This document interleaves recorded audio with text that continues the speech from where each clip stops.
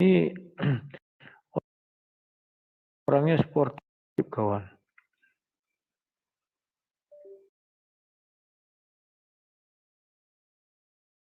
Aku nih.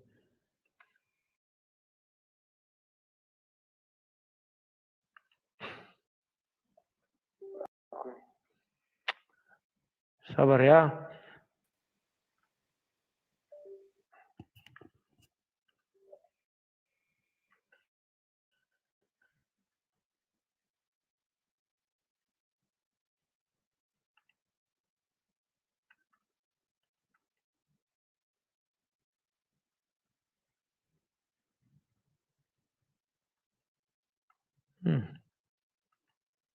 Kalau sudah hujan begini dia.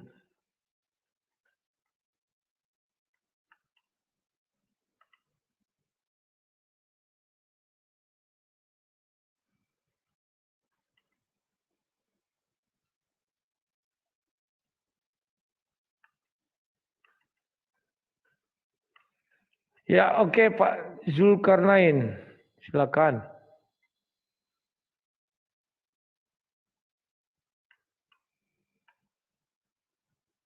Ya, halo Pak Zulkarnain, selamat sore. Wah, dia pun masih putar-putar kawannya. Sabar ya. Pak Zulkarnain.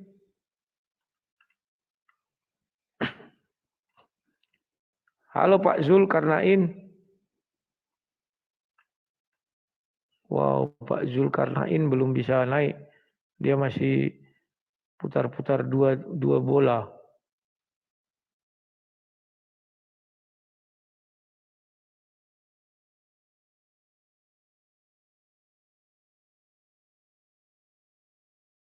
Sabar ya kawan-kawan. Pak Zul.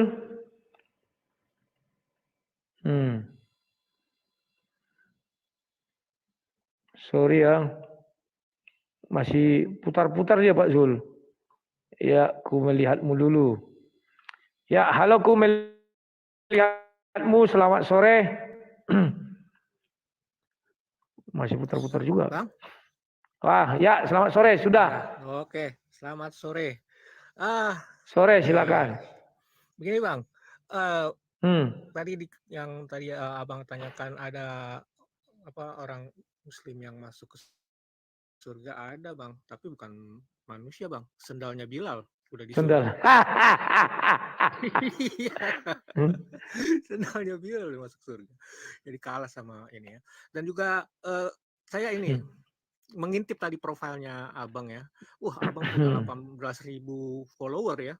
Apakah semua itu Kristen? Nggak bakalan. Enggak. Pasti ada Islam jadi banyak. Ikuti follow. YouTube juga gitu, banyak mereka kok. Pasti ada juga orang Muslim follow. Iya, ya hebat Abang gini ya. Dan juga saya lihat di sini ada yang menonton sampai 300 orang di sini.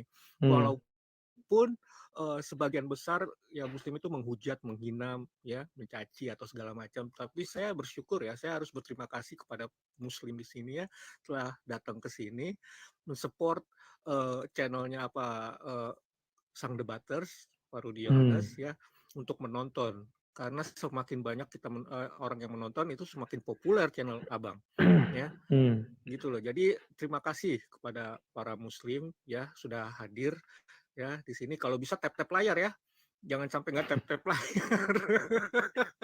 Iya. Ya nggak apa-apa, menghina juga nggak apa-apa, tapi yang penting tap layar dulu ya. Tap layar. Menghina gratis.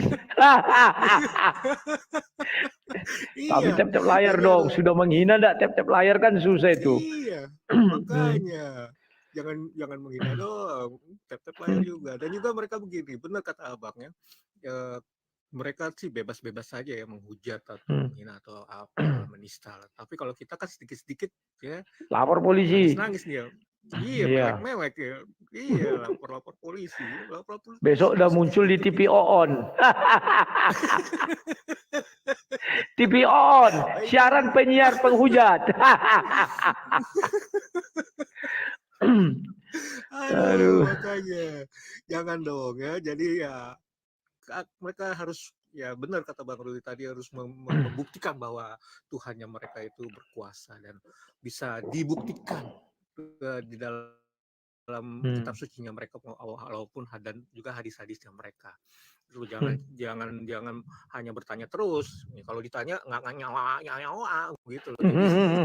Lari ke Bibel, ditanya lari ke Bibel.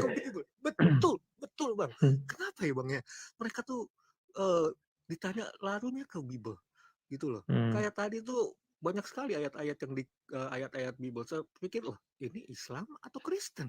Gitu loh. Kenapa kok mereka lebih menguasai Bible ya, Alkitab daripada Qurannya sendiri? Kalau ditanya Al-Quran, wah saya tidak pernah tahu tuh, saya tidak membaca. Oke, nanti saya pelajarin segala macam. Ada juga alasannya, oh saya bukan ustadz, saya bukan ulama, saya bukan ini orang yang bisa mempelajari, saya hanya Islam biasa-biasa. Begitu alasan mereka kalau misalnya mereka. Kalau enggak, terakhir begini Bang jawabannya. Walau alam. Goib. Jawaban tertinggi, gitu ya, jawaban puncak. Puncak itu dia, lakum dinukum waliyadin aja lah kan gitu kan. Oke. Agamaku. Oke, itu aja Bang Rudi, saya Siap, terima kasih. Shalom, Tuhan Yesus selamat. Shalom, sama-sama. Ya, Pak Umar datang Umar. Pak Zul dulu ya. Halo Pak Zul.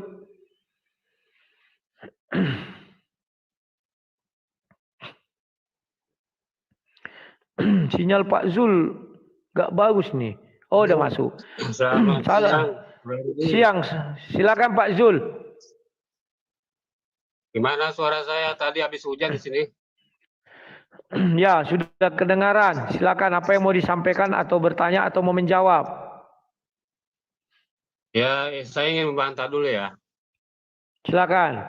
Jadi kan Anda bilang bahwa taubatnya Adam itu diterima di surga. Bukan. Taubatnya Adam dan Hawa itu diterima oleh Allah itu ketika mereka sudah ada di bumi. Buka ayatnya, pasti surah 2 ayat 30 sampai 38. Buka. Ya, ini saya sudah siapkan nih surat Al-Baqarah ayat 37 ya. Saya bacakan nih. Ya. Kemudian Adam menerima beberapa kalimat dari Tuhannya. Maka Allah menerima taubatnya. Sesungguhnya Allah Maha Penerima taubat, lagi Maha Penyayang. Itu logikanya ya, taubatnya Adam itu diterima pada saat sudah di bumi. Ngapain taubatnya diterima di surga, disuruh turun, itu nggak masuk akal bagi saya. Gitu loh. Ya, sebentar kita buka. Ya, ayat 35 berkata begini, dan kami berfirman, wahai Adam, tinggallah engkau dan istrimu dalam sorga dan makanlah dengan nikmat berbagai makanan yang ada di sana, petir sesukamu. Tetapi janganlah kamu dekati pohon ini, nanti kamu termasuk orang yang zolim. Ya, kita lanjutkan ke 36. Ayat 36. Lalu setan memperdaya keduanya dari surga sehingga keduanya dikeluarkan dari segala kenikmatan. Ketika keduanya di sana di surga, buka kurung surga, dan kami berfirman, ingat ya belum dikeluarkan dari surga, masih dari kenikmatan. Dan ketika keduanya di sana di surga dan kami berfirman, turunlah kamu sebagian kamu menjadi musuh bagi yang lain, dan kamu ada tempat tinggal dan kesenangan di bumi sampai waktu yang ditentukan. Baru mereka disuruh turun ya. Sebentar. 37. Kemudian Adam menerima beberapa kalimat dari tuannya, lalu ia pun menerima taubatnya. Sungguh Allah Maha Penerima taubat, Maha Penyayang. 38. Ya. Kami berfirman, turunlah kamu. Ini baru disuruh turun lagi 38. Tadi belum turun. Kan iblis itu bandel. Di dalam surah 7 3 kali dia disuruh turun, baru turun. Di dalam surah 2 ini 2 kali disuruh turun Adam. Pertama dia disuruh turun, dia minta bertobat dan diterima. Baru ayat 38, kami berfirman, turunlah kamu dari semua dari surga ini. Surga, kemudian jika benar-benar datang petunjukku kepadamu, maka barang siapa mengikuti petunjukku tidak ada rasa takut pada mereka dan mereka tidak bersedih hati. Jadi Bapak jangan pelintir-pelintir ayat Al-Quran. Bukan di bumi dia diterima tobatnya, tapi masih di surga. Paham ya? Ya di bumi dong itu.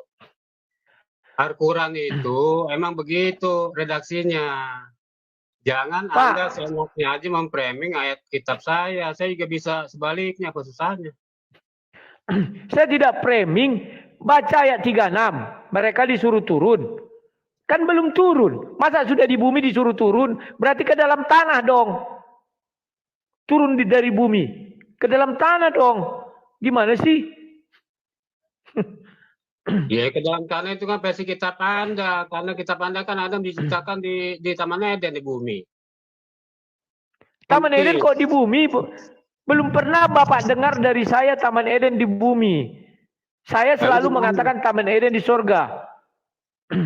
Loh, ada yang bilang Kristen yang lain dibilang di Taman Eden itu di bumi tuh. Ya biarkan saja, kan Kristen lain bukan saya. Saya adalah saya, kan Iko. Jadi begitu menurut pemahaman saya. Adam itu dan Hawa itu diterima tobatnya pada saat sudah di bumi. Kenapa dia disuruh turun? Ya sebenarnya grand skenario-nya Allah tuh begitu. Karena kan di ayat yang lain Allah itu kan sidang tuh kan, sidang malaikat lah ibaratnya. Kalau ke sini, aku akan menciptakan manusia, akan menjadikan khalifah dari bumi kan. Lalu mereka bertanya, atajalu fiha ma yusidu fiha wa yusfiku dima. Kenapa engkau akan menjadikan khalifah di atasnya, di atas bumi yang akan membuat Pak, kerusakan dan menumpahkan darah? Pak Itu. Zul. Ya. Ayat 36 betul disuruh turun. Tapi mereka belum turun, Pak. Hanya dicabut kenikmatannya. Ayat 37, dia menerima beberapa kalimat dan dia bertobat dan tobatnya diterima. Ayat 38 baru disuruh keluar dari sorga. Jadi tobatnya itu diterima di sorga, bukan di bumi. Keliru Bapak menjelaskan urutan itu. Ya, yang saya pahami ya diterimanya di bumi karena saya pernah baca itu dalilnya. Bapak pahami, sekarang kita baca tafsir Kemenak. Tafsir Kemenak begini, untuk menghapus kemungkinan kesalahan pahaman bahwa perintah turun itu hanya dari satu tingkat ke tingkat lain yang lebih rendah di dalam sorga. Allah mengulangi lagi perintah itu kepada ayat ini. Kami berfirman, turunlah kamu sekalian yakni setan dan manusia dari sorga. Ya itu kan berarti keluar dari surga kan di bumi turunkan. 38 itu Pak, bukan 36. Nah sekarang kita lihat tafsir 36-nya. Aduh Bapak ini gimana sih? Lalu setan memperdayakan keduanya berbagai cara agar mereka keluar dari dalam sorga sehingga keduanya benar-benar keluarkan dari segala kenikmatan ketika keduanya sana, yakni dalam sorga. Sebagai manusia yang tercipta dari tanah liat, bla bla bla, bacalah ayat itu cukup jelas. Ya sekarang Anda tahu nggak itu dia menerima beberapa kalimat dari Tuhannya itu apa? Isi kalimatnya apa? Anda tahu? Ya itu kan tugas Bapak, bukan tugas saya. Kok jadi tugas saya? Saya orang Kristen, Bapak Muslim ya, Bapak yang menjelaskan. Saya hanya bertanya, apa isi kalimatnya? Ya saya pikir Anda tahu, makanya Anda membahas Al-Quran ternyata tidak menguasai semua kalimat itu. Ya Bapak tahu. Kalau Bapak bisa tahu Pak, kalimat itu apa? Kusanjung Bapak, buatlah. Kusujuti Bapak, silakan. Baca di surat Al-Araf ayat 23. Ya apa? Ya, Al-Araf surat berapa itu? Ayat 23. Surah berapa? Aduh, saya kalau ditanya surat keberapa nggak hafal, Bro. Di sini saya Surah 7. Surah 7 23. Ya, saya bacakan ya. Keduanya berkata, "Ya Tuhan kami telah menganiaya diri kami sendiri, dan jika Engkau tidak mengampuni kami dan memberi rahmat kepada kami, niscaya pastilah kami termasuk orang-orang yang merugi." Yaitu kalimat yang dimaksud di surat Al-Baqarah 37 itu. Ya Tuhan kami telah menzolimi diri kami sendiri. Nah, itu kalimat yang diucapkan Adam. Paham nggak Bapak? Dia mengakui bahwa dia sudah menzolimi diri sendiri. Jika engkau tidak mengampuni kami dan memberi rahmat kepada kami, niscaya kami termasuk orang yang rugi. Sekarang kita kembali ke surah 2 itu Pak. Ayatnya yang ke-36 tadi. Nah, gitu Pak melihatnya, tunggu ya. 37, sorry. Kami di situ plural atau singular itu? Itu kan plural itu kami. Jamak. Harusnya kok. Ya kami memang jamak Pak. Ya. Saya Jadi nggak Anda tahu bilang apakah kami Adam. Ya salah. Kenapa? Tadi Anda bilang kami itu Adam dan Hawa itu maksudnya. Lihat, sekarang ku buka surah 30 surah 2 ayat 36. Kemudian Adam menerima beberapa kalimat dari Tuhannya. Yang saya tanya kalimat dari Tuhannya, bukan kalimat Adam. Yang Bapak sebutkan tadi itu kalimat Adam. Itu kan Gimana sih? di surat Al-23 itu Allah mengajarkan doa untuk meminta tobat, itu kalimatnya diajarkan Tuhannya, begitu loh. Itulah kalimat. Kemudian dia menerima beberapa kalimat. Menerima berarti kan diberikan. Jadi Allah itu mengajarkan, Adam bacalah ini supaya tobatmu aku terima, begitu. Karena kan dia belum tahu, belum pernah berbuat dosa, dia belum tahu caranya meminta ampun. Nah, dikasih tahu sama Allah itu, gini baca nih kalimatnya, begitu. Pak, yang Bapak maksud itu sudah berbeda makna. Kemudian Adam menerima beberapa kalimat dari Tuhannya, beberapa kalimat dari Tuhannya. Sudah, bukan beberapa kata, berapa kalimat. Berarti tadi satu kalimat, dua kalimat, kan begitu. Beberapa itu lebih dari satu. Lalu dia pun menerima taubatnya. Tuhan yang memberi kalimat kepada dia, Pak. Lalu taubatnya diterima. Bukan dia menerima kalimat si Adam, lalu taubatnya diterima. Tidak, bahasa Indonesia tidak begitu. Ya, Oke. ya memang begitu maksud saya kan. Ya sudah. Ya sudah. Ya saya setuju dengan yang Anda katakan. Artinya dia menerima berapa kalimat. Ya itu beberapa kalimatnya itu surat Al-Araf ayat 23. Inilah kalimat yang disuruh Tuhan diucapkan dia. Gitu maksud Bapak? Iya. Karena keduanya kan dia belum pernah berbuat dosa, dia belum tahu bagaimana caranya meminta ampun. Tuhan itu kan maha baik, diajarkan cara berdoa. Doa seperti ini juga diucapkan oleh umat Islam. Gitu kan, itu kan mengandung pengajaran juga. Ya sudah, nggak apa-apa. Itu kan iman Bapak. Tapi kalau menurut saya, Bapak tanya saya tidak begitu karena kalimatnya sudah berbeda. Sekarang Pak, bisa nggak Bapak buktikan Adam sudah dibumikan? Tidak bisa kan? Ayat 38 itu baru dia suruh keluar. Demikian juga kalau Bapak mengacu kepada surah Al-Araf ini. Iblis pun 3 kali disuruh turun. Yang disuruh turun pertama, apakah dia turun? Belum. Yang kedua disuruh turun, apakah dia turun? Belum. Yang ketiga disuruh turun, apakah dia turun? Barulah turun. Udah paham ya ayatnya dari mana? Surat 7 ayat 12 sampai 25 itu Pak. Paham?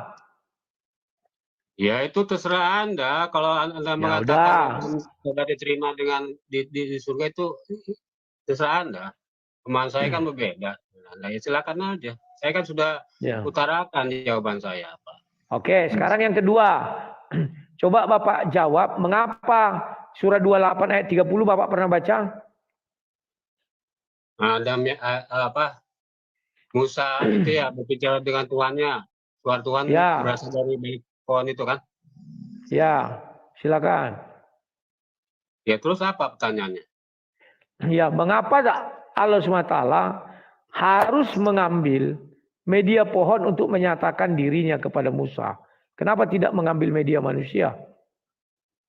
Nah, di sini kan di ayat itu tidak ada penekanan harus, nggak ada. Jadi yang ada di ayat itu adalah suara Allah itu terdengar oleh Musa dari balik pohon itu.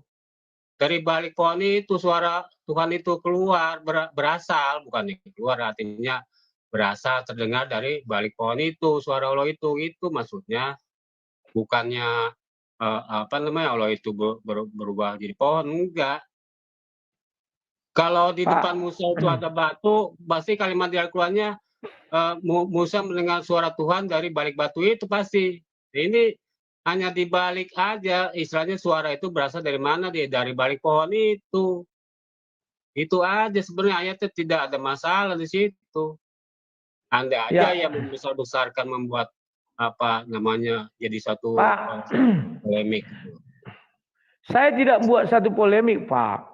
Bapak baca ayat itu baik-baik dan Bapak baca tafsir dari jalan lain. Sebentar, aku bacakan. Tafsir daripada Al-Jalalain, maka tak kala Musa sampai ke tempat api itu, dia diseru dari pinggir, dari arah pinggir, buka kurung kurung itu ya, yakni sebelah lembah yang kanan yang berada di sebelah kanan Nabi Musa pada tempat yang diberkahi. Bagi Musa untuk mendengarkan kalam Allah di tempat itu dari sebatang pohon. Lafal ayat ini menjadi badal lafal syahti berikut pengulangan huruf jarnya disebabkan pohon itu tumbuh di pinggir lembah. Pohon itu adalah pohon anggur atau pohon ulaik atau pohon usat, yaitu huruf an dalam an. Mufassarah bukan an, mukhafafa. Hai Musa, sesungguhnya aku adalah Allah Rabb semesta alam. Sampai didefinisikannya pohon itu, Pak, artinya sangat penting. Jangan Bapak sepele terhadap pohon itu. Waduh petir. Iya, saya jelaskan lagi. Saya tahu ayat itu. Jadi suara Tuhan itu terdengar oleh Musa dari balik pohon itu saja sebenarnya. Kenapa Pak, tidak ada dikatakan dari Bali. Tafsir jalan lain mengatakan dari sebatang pohon, bukan Bali. Gak ada kalimat di situ dari balik pohon. Memang Tuhan sembunyi di balik pohon. Lawak-lawak. Kan itu minal sajaro itu kan. Minal itu apa artinya minal? Dari. Ya memang dari sebatang pohon. Iya dari pohon, bukan dari samping. Bukan serondok Tuhan di baliknya itu. Serondok itu sembunyi. Jadi yang Anda pahami di ayat itu suara Tuhan itu keluar dari batang pohon itu ya gitu ya? Intinya ada pengakuan dari sebatang pohon. Dia menyatakan dirinya dia adalah Tuhan. Ada yang mengatakan hijab. Tuhan menggunakan hijabnya adalah batang pohon itu. Saya tidak pernah bantah. Pertanyaan saya, mengapa tidak menggunakan hijab manusia? Kalau hijab manusia, kenapa kalian marah-marah? Kalian larang-larang, kan begitu. Kalau hijab pohon, kalian tidak melarang, senang. Ya karena di situ cuma ada Musa, nggak ada manusia lain di situ. Kecuali dia naik sama Harun, mungkin melalui suara Harun bisa aja. Kalau Anda minta harus keluar dari suara manusia, suara Tuhan itu, kan begitu.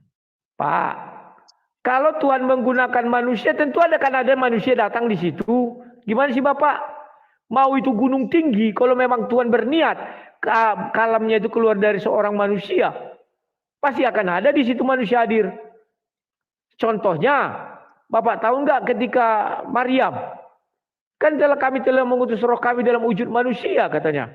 Bisa Tuhan buat roh itu dalam wujud manusia? Kenapa ya susah? Itu bisa, malaikat Jibril itu berubah jadi manusia supaya Maryam itu tidak takut. Dia menampakkan diri dalam wujud laki-laki, ya istilahnya yang ganteng lah, dia takut gitu. Makanya Pak, sedangkan itu bisa dilakukan Tuhan. Kok Bapak bimbang tidak ada manusia di situ? Bisa aja dihadirkan Tuhan manusia di situ. Apa susahnya? Ya ini kan konteksnya, ini kan Musa ingin berbicara dengan Tuhannya, ingin menerima Pak, petir di tempat Bapak kuat itu. Ya ini kan tadi saya bilang. Oke lah Pak. Iya, nanti Bapak kena petir. Kalau tempat kami nih main handphone sambil petir, kena petir. Nggak apa-apa, nggak ada masalah. Oke, silakan. Apa lagi yang mau Bapak sampaikan? Ya apa ya? Ya begini deh, coba itu ini tentang ini juga ya, kematian Yesus ini nih. Sekarang pertanyaan saya, coba Anda buka di Roma. Tidak bosan-bosan kelihatan. Hah? Coba dibuka Roma 6. Bosan-bosan. Ya makanya, Ya, 6 kalau ya ayat. terserah, kalau Anda mau bertanya lagi silakan aja, saya juga belum ada pertanyaan juga sih. Enggak usah. Enggak usah. Bapak yang bertanya, Roma 6 ayat. Roma 6 ayat 23. Oke. Oh, inilah pertanyaan satu, Pak. Kalau bisa Bapak jawab. Mengapa Nabi Isa terlahir tanpa ayah? Silakan. Apa tujuannya? Itu kan kemauan Tuhan begitu. Dia tuh Allah itu begini Bro. Allah itu Ya kan sudah. Kalau sudah kemauan tidak bisa kita larang. sebentar saya jelaskan dulu. Allah itu kan menciptakan Adam dari tanah, dia bisa. Menciptakan Hawa dari tulang rusuk Adam bisa. Menciptakan Di mana ayatnya itu? Isa. Di mana Kenapa? ayatnya Tuhan menciptakan Hawa dari tulang rusuk Adam?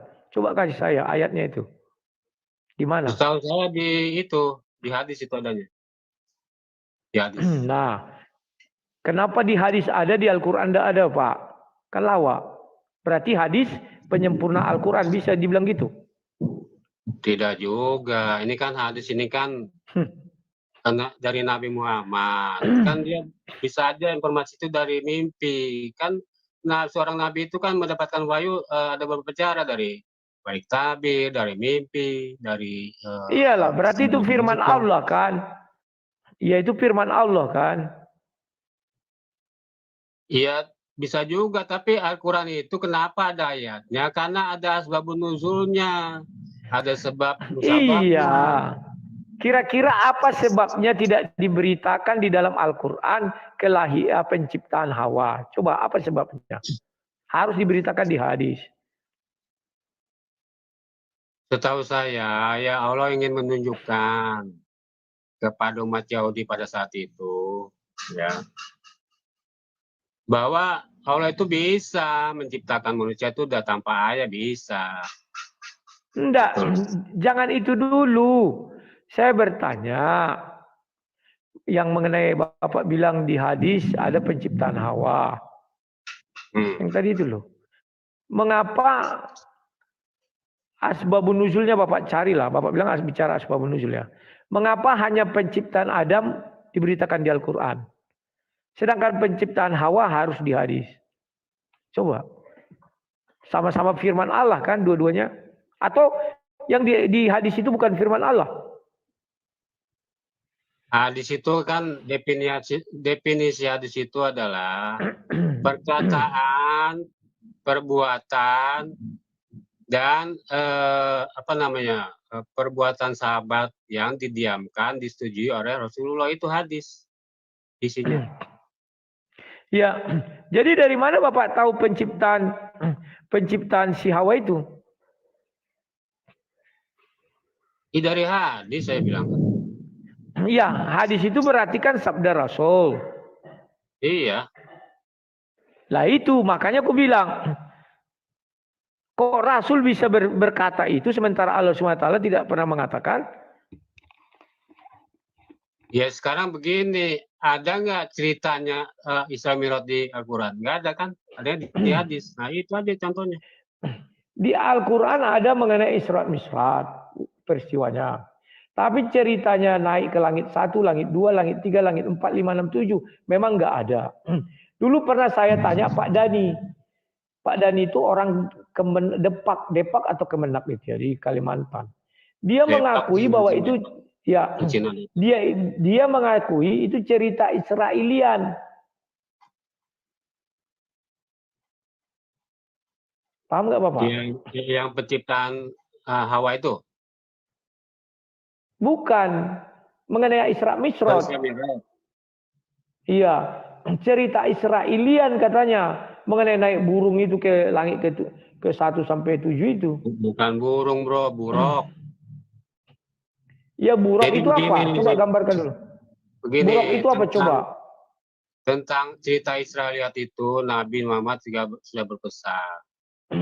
Jika datang kepada kamu cerita dari Israeliat, jangan ditolak dan jangan juga dibenarkan. Artinya apa? Ya kalau itu tidak bertentangan dengan Al-Quran, ambil. Itu poinnya perkataan Nabi itu. Nah, sekarang bertentangan enggak dengan Al-Quran itu Pak ceritanya? Tidak. Kenapa tidak? Malaikat kan nur, nur itu cahaya. Sementara di hadis itu dikatakan Muhammad melihat wajah malaikat seutuhnya. Bukan cahaya, tapi sudah kayak manusia juga dilihatnya. Oh iya, Nabi Muhammad melihat malaikat Jibril di Sidratul Muntaha dengan wujud yang asli.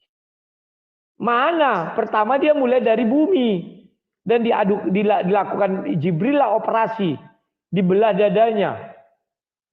Aduh Pak itu Dani bilang cerita Israelian itu Pak. Baru burak itu Bapak tahu jenis apa burak itu? Burak itu didefinisikan di hadis itu besarnya lebih kecil sedikit dari kuda dan lebih besar sedikit dari keledai. Itulah kira-kira ukuran burak itu. Kuda poni Itu lah kita bilang. Kenapa? Kuda poni kan lebih kecil dari kuda, lebih besar dari keledai. Ya kalau kuda poni lebih besar dari keledai setahu saya. Iya, lebih kecil dari kuda. Keledai lebih besar dari kuda poni setahu saya. Enggak. Ada kuda poni yang lebih besar. Oke lah, kita anggaplah itu entah apa. Sekarang dijelaskan lagi di situ dia bersayap apa enggak? Kok bisa terbang? Iya, kalau bersayap apa enggak saya lupa, ya kan? Ya udahlah, oke lah. Walam aja lah itu karena lama. Ditunggu dulu dong. Ya, Anda kadang-kadang bertanya sesuatu yang tidak tertulis sih, jadi saya mau jawab apa? Tertulis itu, Pak. Ya, bacalah hadisku baik-baik. Oke, punya saya. Terus apa masalahnya? Dia tuh buruk itu kan diciptakan dari cahaya. Ya, biarlah itu. Kalau cahaya bisa nggak dinaiki manusia? Muhammad pada saat Isra Mi'raj didampingi oleh malaikat Jibril. Gitu ceritanya. Oke Pak, kita uji emisi dulu. Adam sudah mati apa belum Pak? Adam, ya sudah dong. Sudah. Nah, yang dijumpai Muhammad di langit ke-1 waktu Isra Mi'raj itu siapa? Adam. Tapi udah mati Bapak bilang. Kapan dia dibangkitkan? Iya, apa susahnya ini kan ada dua versi. Bisa jadi dia itu rohnya, bisa jadi fisiknya juga ada gitu, ada dua versi penjelasannya. Ya, kan penjelasan yang pasti. Iya, kalau mau pasti kan di langit kedua juga kan bertemu Isa Al-Masih dan Nabi Yahya. Ya, Isa kan belum mati. Wajar ditemui fisiknya. Nah, jadi kalau Adam sudah mati. Semuanya itu sudah mati. Kan Isa Al-Masih kan dia itu kan pengecualian karena tugasnya belum selesai. Dia nanti akan turun lagi ke bumi menyelesaikan tugasnya. Idris juga belum mati. Siapa bilang? Saya pernah baca aja. Banyak itu hadisnya kok. Sudah dicabut nyawanya dikembalikan lagi. Versi Kristennya itu kan Henok. Saya tahu. Ya, Henok belum mati. Henok belum mati, Pak. Ada yang bilang sudah mati dan Nabi Elia juga sudah mati. Ada yang bilang begitu. Loh, di dalam ajaran Islam dicabut nyawanya tapi dikembalikan lagi. Gimana sih? Kembalikan lagi, saya belum baca tuh kayak gitu. Makanya baca banyak-banyak. Oke, sudahlah. Sekarang kenapa Isa harus terlahir tanpa ayah? Yang saya pernah baca begini, ya. Itu kan umat Yahudi selalu membangga-banggakan bahwa Sang Mesias itu harus lahir dari keturunan Bapak, garis Bapak atau patrilineal. Ya kan? Mesias itu versi Yahudi harus dari keturunan Daud, kan begitu. Nah, ini Allah ingin menjungkir balikan kalau Anda menanyakan hal ini. Saya bisa jawab dengan cara ini. Allah ingin menjungkir balikan pakem yang sudah ada Yahudi itu, bahwa inilah aku bisa ini mendatangkan Mesias tanpa seorang laki-laki atau tanpa bapaknya. Ya maka diberilah mukjizat kan, Maryam bisa melahirkan tanpa adanya sel-sel sperma. Tapi kan akhirnya kan sebentar dulu, ketika Maryam itu dipanggil sama Yahudi di sidang ibaratnya sama para ketua Yahudi, ya Harun, kenapa kamu bisa hamil? Siapa yang menghamili kamu? Nah ini kan apa nih, Maryam ini kan sudah diwanti-wanti oleh Allah, kamu tidak akan berbicara selama 3 hari, ya. Nah ini yang berbicara membela ibunya itu Isa Maryam pada saat masih dalam gendongan itu, dia berkata Isa Maryam tuh, ini Abdullah, aku ini hamba Allah, dia akan memberiku kitab dan menjadikanku waj'alni minan nabiin, akan menjadikan aku seorang nabi. Begitu pembelaan Isa Al-Masih, bayi Isa Al-Masih terhadap ibunya. Orang Yahudi terkaget-kaget, loh anak bayi bisa ngomong ini.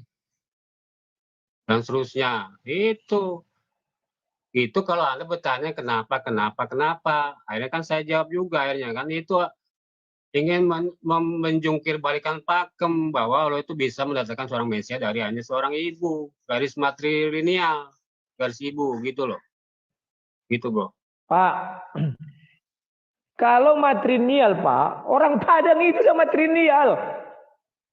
Ngapain capek-capek Allah menciptakan Isa, melahirkan Isa harus dari seorang ibu? Patrilineal dengan matrilineal bukan seperti yang Bapak maksudkan, kecuali semua manusia dilahirkan laki-laki. Maka Tuhan membuat sebuah manusia yang terlahir dari perempuan. Patrilineal dengan matrilineal itu bukan berdasarkan itu, Pak. Tetapi garis keturunan laki-laki dan garis keturunan perempuan yang mana terjadi hubungan daging.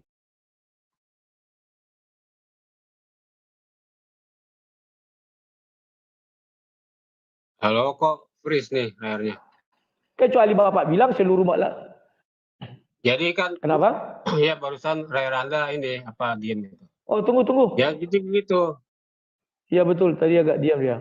Oke, ku jelaskan sedikit lagi, Pak. Kalau mengenai patrilineal dengan matrilineal, itu adalah dari garis keturunan ayah dan garis keturunan ibu karena terjadi hubungan badan, Pak. Sementara ini bukan begitu. Orang Padang itu sekarang matrilineal ada kok, Pak. Orang Kampar. Mana ya? Di Riau ini juga ada. Matrilineal bukan itu, Pak. Nah, kalau Bapak bilang, Bapak ada baca belum tafsir Ibnu Katsir mengenai surah 19 ayat 22 itu? Sudah baca belum, Pak? Belum. Coba bacakan. Di situ intinya menjelaskan malaikat Jibril ini meniupkan, kita nggak tahu apa yang ditiupkannya, sesuatu turun ke dalam baju kurungnya, naik ke dalam farji, dan terjadilah pembuahan. Hamillah Maryam itu. Di dalam ilmu kedokteran, Pak, meniupkan, ditiupkan. Ya, terus? Halo? Masuk melalui farji. Farji tahu kan? Kelamin wanita. Kenapa harus disebutkan melalui farji kok nggak dari hidung saja? Karena ayat itu ingin menjelaskan, tafsir Ibnu Katsir itu, bahwa sel telur itu ada yang membuahi. Nah, di dalam hukumnya ilmu biologi lah. Siapa yang membuahi sel telur itu pasti sperma. Sperma siapa itu? Itulah bapaknya. Paham ya, Pak ya? Oke, saya jawab ya. Silakan. Anda jangan membatasi kuasa Allah. Itu namanya membatasi. Saya tahu itu sperma dan telur itu kan proses biologi, itu kan proses manusia, pencipta manusia pada umumnya. Ini kan penciptaan Isa Al-Masih ini kan penciptaan yang khusus. Allah ingin menunjukkan kekuasaannya bahwa dia itu bisa menciptakan seorang manusia tanpa sel sperma. Apa susahnya bagi Allah, kun fayakun kan? Hah? Gak tahu gua. Lagi live ya, sorry ya. Yuk. Jadi Allah ingin menunjukkan kekuasaannya. Allah bisa berbuat apapun yang dia kendaki. Menciptakan manusia dari bagaimanapun caranya itu Allah bisa. Kenapa Anda membatasi Tuhan saya? Pak, sudah Bapak baca surah 6 101? Apa isinya? Baca dulu. Sebagai bukti Tuhan Bapak punya kuasa. Surah 6 101. Bentar, saya buka dulu.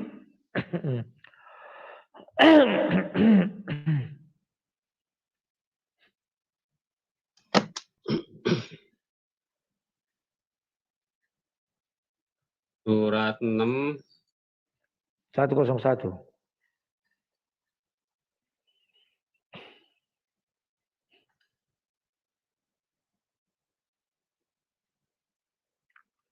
Dia dalam kurung Allah pencipta langit dan bumi. Bagaimana mungkin dia mempunyai anak padahal dia tidak mempunyai istri? Dia menciptakan segala sesuatu dan dia apa lagi nih? Ya udah, itu aja lah dan seterusnya gitu. Apa pertanyaannya apa? Ya. Nah, itu kan Bapak tahu, Bapak bilang Allah Maha Kuasa bisa ini. Nggak bisa, Pak. Allah itu tidak punya anak karena nggak beristri. Nah, di sini. Sementara Maria punya anak tak bersuami. Siapa yang membatasi kuasa Tuhan, bukan saya. Oke, di sini saya jelaskan ya ayat ini ya. Allah itu dalam Al-Quran kadang-kadang menyindir. Dia punya sindiran. Bahasa Al-Quran itu halus, sindiran Allah itu halus. Ini ayat ini menyindir bahwa Allah hendak menyindir atau sarkas ya kepada orang-orang yang menyatakan bahwa Allah itu punya anak. Ini makanya ayat ini menantang logika orang ini yang membacanya. Bagaimana aku akan punya anak? Aku tidak perlu isi. Allah tidak butuh isi. Allah tidak butuh manusia. Allah kerajaannya megah, punya para malaikat, tinggal suruh aja. Apa susahnya? Ngapain dia punya anak? Kegunaannya apa? Keperluannya apa? Baca ayat selanjutnya. Baca ayat selanjutnya, Pak. 102. Kita buktikan itu sarkas apa enggak. 102. Oke, sebentar. Surah 6 102.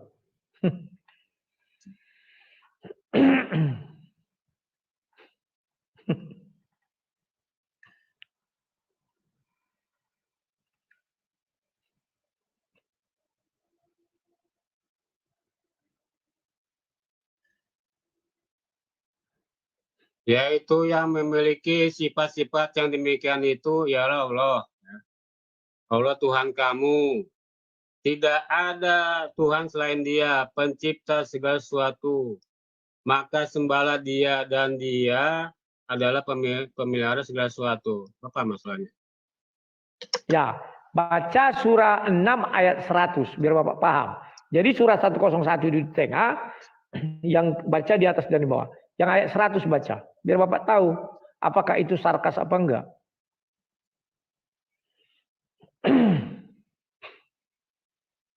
Dan mereka orang-orang musyrik menjadikan jin sekutu-sekutu Allah. Padahal Dia yang menciptakannya. Dan mereka berbohong dengan mengatakan dan seterusnya. Ya terus? Nah, kubacakan ya Pak. Karena Bapak googling depannya aja baca. Kubacakan. Dan mereka orang musyrik menjadikan jin sekutu-sekutu Allah. Padahal Dia yang menciptakannya jin-jin itu.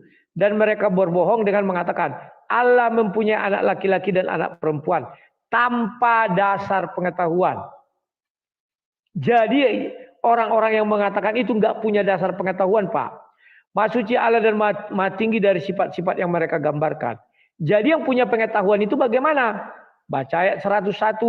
Kan dibilangnya tanpa dasar pengetahuan mereka mengatakan itu kan. Baca ayat 101. Pengetahuan yang diberikan Allah itu bagaimana? Begini. Dia Allah mencipta langit dan bumi. Bagaimana mungkin dia punya anak padahal dia tidak punya istri? Itulah pengetahuan yang diberi sama kita. Anak itu terjadi kalau ada suami dan istri. Itu pengetahuannya. Mereka mengatakan tadi tanpa pengetahuan. Paham nggak Pak? Itu bukan sarkas. Iya, di ayat ini mereka mengatakan Uzair itu anak Allah. Karena ada itu umat Yahudi berkata begitu. Orang Nasrani mengatakan Isa itu anak Allah. Kan begitu. Itu dibantah. Ngapain aku punya anak? Aku kan gak ada istri dan tidak butuh juga istri. Kan kasarnya begitu poinnya. Nah itu dia Pak.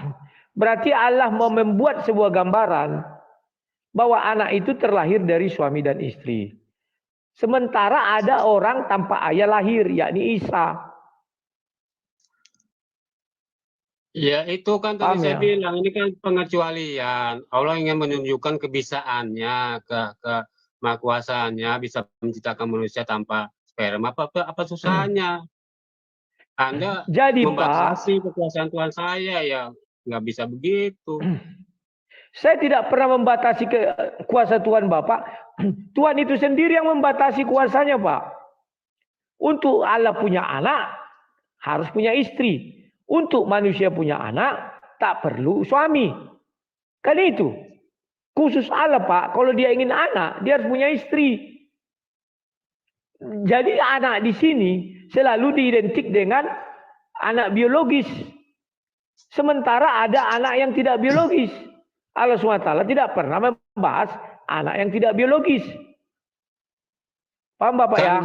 Kan logika manusia yang mengatakan apa namanya ini, kalau ada anak harus ada pasangan suami istri, ada pertemuan sel sperma dan telur. Itu kan logika manusia, pengetahuan manusia yang berbicara. Bukan logika manusia itu Pak, itu logika Tuhan. Kalau logika manusia mereka kan melihat Isa tanpa bapak kok bisa lahir?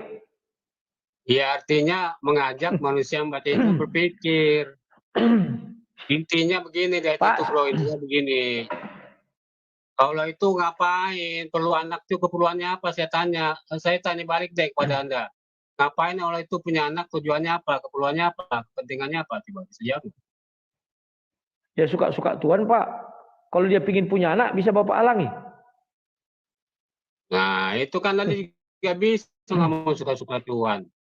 Kenapa? Maksud saya, kenapa Bapak membatasi kuasa Tuhan? Kalau suka-suka Tuhan Pak, nggak ada sekat yang bisa menghalangi dia. Ya suka-suka Tuhan itu dia bisa menciptakan Isa tanpa bapak, itu suka-suka dia. Bisa, memang bisa saya bilang. Kalau kami ada Pak tujuannya. Kenapa Yesus itu terlahir tanpa bapak? Tujuannya ada. Kejadian 3 ayat 15 dikatakan, keturunan perempuan ini, maka harus lahirlah seseorang berasal dari perempuan. Keturunan perempuan. Jadi sudah diucapkan Tuhan bahwa akan datang seorang anak yang keturunan perempuan. Itu sebabnya perempuan bisa melahirkan tanpa ayah. Kalau di bapak kan kita nggak tahu. Ya suka-suka Tuhan aja, itulah jawabannya. Kan saya bilang Bapak, itu baru sarkas. Saya kan bilang Bapak suka-suka Tuhan. Kalau kami ada jawabnya Pak. Kok dilarikan ke kejadian 3:15 yang nyambung ya? Ini kan, kan saya menjawab. Dari tanah. Saya menjawab Pak. Saya menjawab ketika saya berbicara tentang Yesus yang terlahir tanpa ayah. Bukan Isa. Kalau Isa sampai sekarang saya nggak dapat dalilnya. Selain suka-suka Tuhan.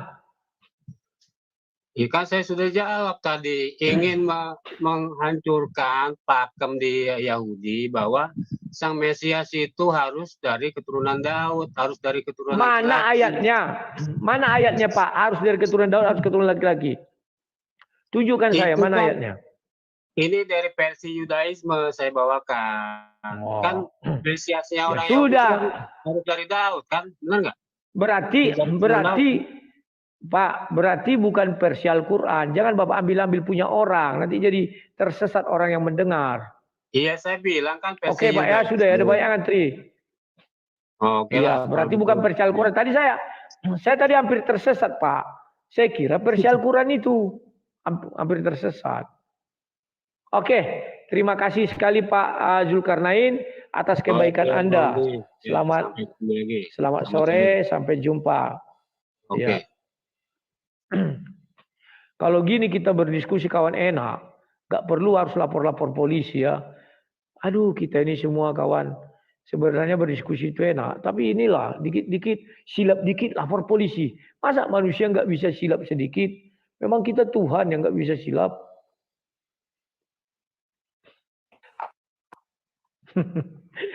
Bang Rudi hampir tersesat ya. Iya, hampir tersesat. Kukira tadi itu dari ilmu Islam, rupanya Yahudisme. Ya, silakan Pak Andreas. Shalom Bang, selamat sore. Dari tadi itu Zulkarnain putar-putar aja kayak bola ruwet, gak karuan jalurnya itu. Itu masih mendingan Bang. Yang kebiasaan Bang Rudi itu kalau ditanya di Quran atau di hadis itu larinya pasti di Bible. Kalau ditanya di situ larinya ke Bible. Ngapain? Seharusnya kalau ditanya yang di Quran itu dijawab di Quran kan seperti itu. Itu kan Bang, maksud saya itu. Pasti larinya ke Bible loh. Bible itu kan cuma punya kita. Nah, kalau sudah menjelaskan di Quran sangat jelas, nanti mau bertanya ke Bible sih ya, silakan aja, nggak masalah bagi saya. Kan gitu Bang Rudi. Terus tadi masalah Bang Zulkarnain sama-sama Zulkarnain tapi belakangnya ada Usmanan tadi. Itu juga saya simak sama Bang Rudi itu kalau ditanya Bang Rudi putar-putar aja. Wah kok Gabriel sama-sama Gabriel itu. Maksudnya gini Bang, tadi itu yang Zulkarnain yang pertama itu tadi kan ya juga lama, ini yang belakang ya juga Zulkarnain. Kalau yang menanyakan Zulkarnain yang pertama tadi itu masalah Yesus, mengapa Yesus kok mati atau Tuhan kok mati, manusia kok Tuhan dijadikan Tuhan. Nah, dia itu belum mengambil yang apa ya, yang paling terdalam. Yang mati itu bukan masalah ketuhanannya atau keesaannya atau yang Tuhan tak terbatas itu. Yang mati itu dia belum paham, yang mati itu hanyalah kemanusiaannya. Kalau Tuhan tak terbatas. Nah, saya pernah bertanya kepada itu pihak sebelah atau pihak Muslim, Tuhan bisa nggak jadi manusia? Pasti kalau ditanya seperti itu putar-putar. Bisa Bang, tapi nggak mungkin. Kalau jadi manusia pasti itu apa ya? Tuhan tidak kayak ada batasnya, nggak mungkin jadi manusia. Nah, berarti Anda itu membatas-batasi atau mengatur-ngatur Tuhan. Nah, saya bertanya seperti itu. Itu Bang. Jadi kalau Tuhan mau jadi pohon, mau jadi manusia, maupun jadi apapun, nah, suka-suka Tuhan. Menurut saya seperti itu. Gimana Bang Rudi? Gitu aja. Ya betul. Ya betul. Mana bisa dibatasi Tuhan? Kalau Tuhan sudah buat batasan, berarti Tuhan yang lemah. Gitu aja Bang Rudi ya, pertanyaan saya. Siap. Terima kasih Pak. Oke, terima kasih. Salam. Yuk, shalom. Makanya selalu kukatakan Tuhan kalian yang membatasi diri sendiri ya. Bukan aku bilang. Oke, ini sudah ada Muhammad Idris dan terakhir nanti si Pertus. Selamat sore Muhammad Idris Al-Kaurni. Ya, selamat sore Bang Rudi Debaters. Sore, silakan. Ya, saya apa yang mau lama disampaikan? ini kenal Anda lewat YouTube ya. Terima kasih. Saya dengar Anda sudah lama debat begitu. Terima kasih. Oke, Bang Rudi, ada yang ingin saya pertanyakan. Ini kita Boleh, diskusi silakan. secara enak santai aja ya. Tapi mungkin jangan sedikit jangan sedikit tergoncang mungkin dengan ayat-ayat ini. Ini saya ingin bertanya mengenai Yesus ya. Yesus itu kan yang saya ketahui beliau itu kita hormati ya. Kita sebagai Muslim menghormati beliau sebagai nabi. Sedangkan di Kristen sebagai Tuhan. Begitu ya Bang Rudi ya? Beda. Kalian menghormati Isa bukan Yesus. Jangan disama-samakan. Bukan, Ayo ya itu begini Bang Rudi. Itu kita satu bahas oknum. dulu Yesus. Satu oknum, Beda cuman oknum. berbeda versi cerita saja.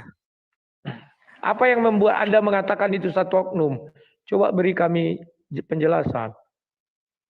Ya, karena banyak ciri-cirinya Bang Rudi. Seperti Oke. misalkan Isa dan Yesus itu dari anak Bunda Maria. Kalau kita kan Maryam, cuman beda pelafalan nama saja begitu. Setiap negara kan beda-beda. Itu bukan hanya dari pelafalan nama. Maryam itu coba teliti dengan baik, anaknya Imran. Imran itu punya anak Harun dan Musa. Sementara Maria anaknya Eli. Apa hubungan Eli ke Imran? Tidak ada. Jangan kalian mau disesatkan ya. Yesus bukan Isa. Isa lahir itu di timur Baitul Maqdis. Jangan kita bahas mengenai pohon korma dulu lah. Tapi Baitul Maqdis itu timurnya adalah negara Arab. Irak sana, Iran. Tapi Isa Al-Masih atau Yesus itu ada loh di Alkitab di tahun keluaran berapa begitu. Cuman sekarang sudah direvisi, Kak. Betul. Ini yang saya kutip dari Makanya, kata Kodonditan ya. Betul. Makanya kita membuat perbandingan bukan Isa di dalam Bible terjemahan bahasa Arab dengan Yesus yang di dalam Bible. Bukan. Kita membuat perbandingan Isa yang di dalam Bible dengan Yesus yang di dalam Bible dengan Isa dalam Al-Qur'an.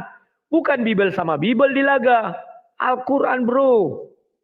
Ya. Kalau Isa yang di dalam Bible bahasa Arab, kami terima. Ya, artinya itulah. Ya, itu beda-beda ini saja ya. Kalau menurut saya tetap satu oknum, cuman beda versi saja. Kalau nama Yesus atau Isa bro. itu ya beda pelafalan. Maaf. Itu dua oknum yang berbeda. Yang kami katakan berbeda itu adalah Yesus yang di dalam Bible. Dalam versi apapun itu kami terima. Contoh dalam versi Arab namanya Isa Al-Masih. Kami terima. Yang kami perbandingkan itu bukan Yesus dalam yang versi Bible. Isanya. Tapi versi Al-Quran. Itu sudah beda orang. Yang kedua bro, yang paling membedakan dan tidak bisa itu dihapus oleh siapapun. Fakta arkeologis. Yahudi tidak pernah menolak tempat kelahiran Yesus yang sekarang. Anda bisa lihat, kalau Anda ke Bethlehem itu, ada situ dibuat inilah tempat kelahiran Yesus. Saya nggak pernah sih, tapi lihat-lihat dari googling. Ya kan?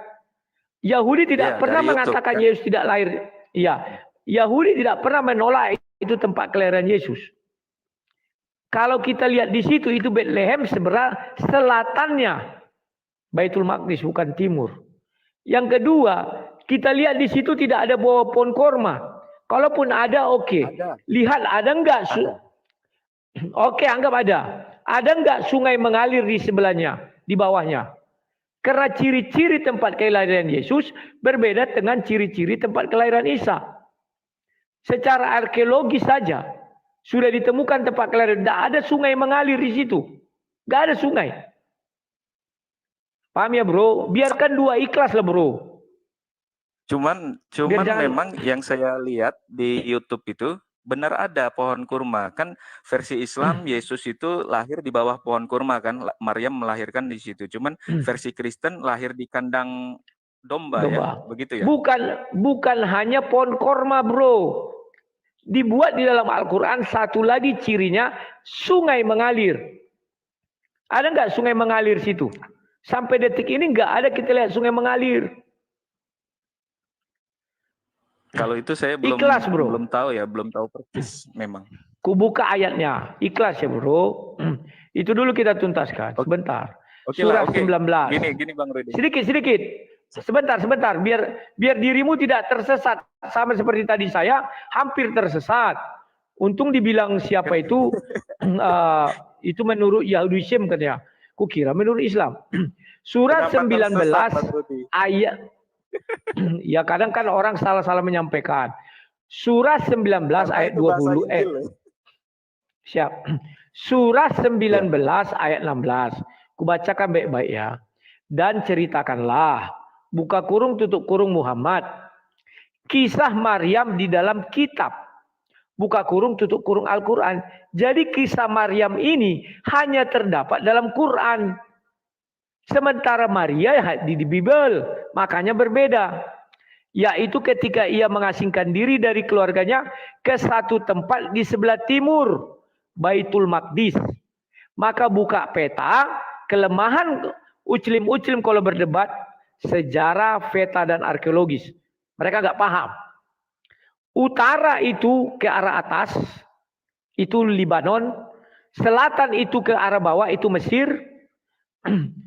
Timur itu Iran, Irak, arah Arab sana. Barat itu ke arah Eropa. Lihat saja. Jadi timur Baitul Maqdis kan di Yerusalem. Timurnya itu lihat saja ke arah Arab. Oke, sementara Bethlehem selatan ke arah Mesir. Kita lanjutkan ayatnya yang ke-20. Sebentar. Kita lanjutkan ke 17. Sabar ya bro, tunggu dulu. Nanti kau kasih bertanya. Aku nggak bertanya, ini menjelaskan aja. Biar kita memiliki iman masing-masing. Lalu ia memasang tabir dan melindunginya dari mereka. Lalu kami mengutus roh kami Jibril kepadanya, maka ia menampakkan diri di hadapannya dalam bentuk manusia sempurna. Lanjut ya 18. Dia Maryam berkata, sungguh aku berlindung kepada Tuhan yang Maha Pengasih terhadapku jika engkau orang yang bertakwa. Lanjut lagi 19. Dia Jibril berkata, sesungguhnya aku hanyalah utusan Tuhanmu untuk menyampaikan anugerah kepadamu seorang anak laki-laki yang suci. Lanjut lagi ayat 20. Dia Maryam berkata, bagaimana mungkin aku punya anak laki-laki? Ya, padahal tidak pernah ada seorang laki-laki yang menyentuhku dan aku bukan seorang penzina. Lanjut lagi 21. Dia Jibril berkata, demikianlah Tuhanmu berfirman, hal itu mudah bagiku dan agar kami menjadikannya suatu tanda kebesaran Allah bagi manusia dan sebagai rahmat dari kami. Dan hal itu adalah suatu urusan yang sudah diputuskan. Kita lanjutkannya 22. Lihat ya. Maka dia Maryam mengandung lalu ia mengasingkan diri dengan kandungannya ke tempat yang jauh. Nah, lanjut 23. Mulai dijelaskan. Kemudian rasa sakit akan melahirkan memaksanya bersandar pada pangkal pohon kurma. Inilah orang mengatakan ada pohon kurma. Dia Maryam berkata, wahai betapa baiknya aku mati sebelum ini dan aku menjadi seorang yang tidak diperhatikan dan dilupakan. Itu pohon kurma. Lanjut 24. Yeah. Maka dia Jibril berseru kepadanya dari tempat yang rendah. Artinya itu dataran tinggi. Dia pohon kurma itu dia ada di dataran rendah. Janganlah engkau bersedih hati, sesungguhnya Tuhanmu telah menjadikan anak sungai di bawahmu. Nah, jadi ini tempat yang tinggi, di bawahnya ini ada sungai. Nah, secara arkeologis sudah ditemukan tempat kelahiran Yesus yang di Bethlehem itu. Tidak ada sungai, bro. Jadi ikhlas ya, Isa bukan Yesus. Ya, sebenarnya begini sih, kalau dari Al-Quran sendiri, kalau dilakukan penelitian pasti ada bekas-bekas ya, mungkin bisa jadi sungai itu sekarang sudah tertutup. Karena kita kan belum sama-sama meneliti langsung kan, baik Bang Rudi atau saya, begitu kan.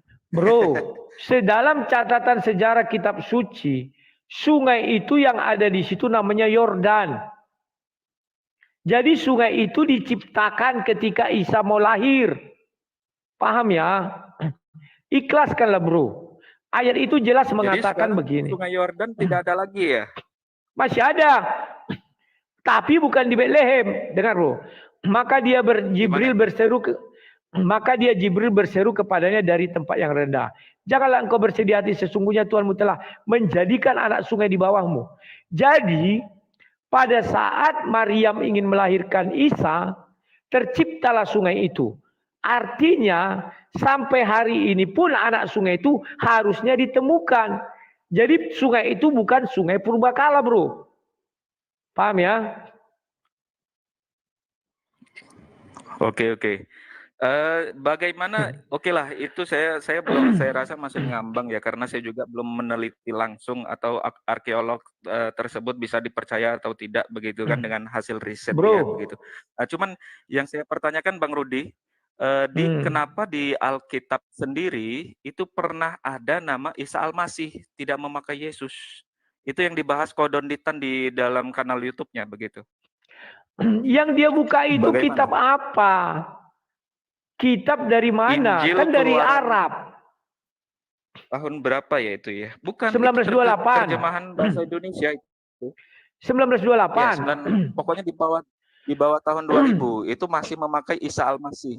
Betul. Dan kalender juga saya baca biasanya kelahiran atau wafatnya Isa Al-Masih begitu kan. Artinya kan saya simpulkan bahwa memang benar satu oknum, cuman beda versi cerita, versi Kristen dan versi Islam.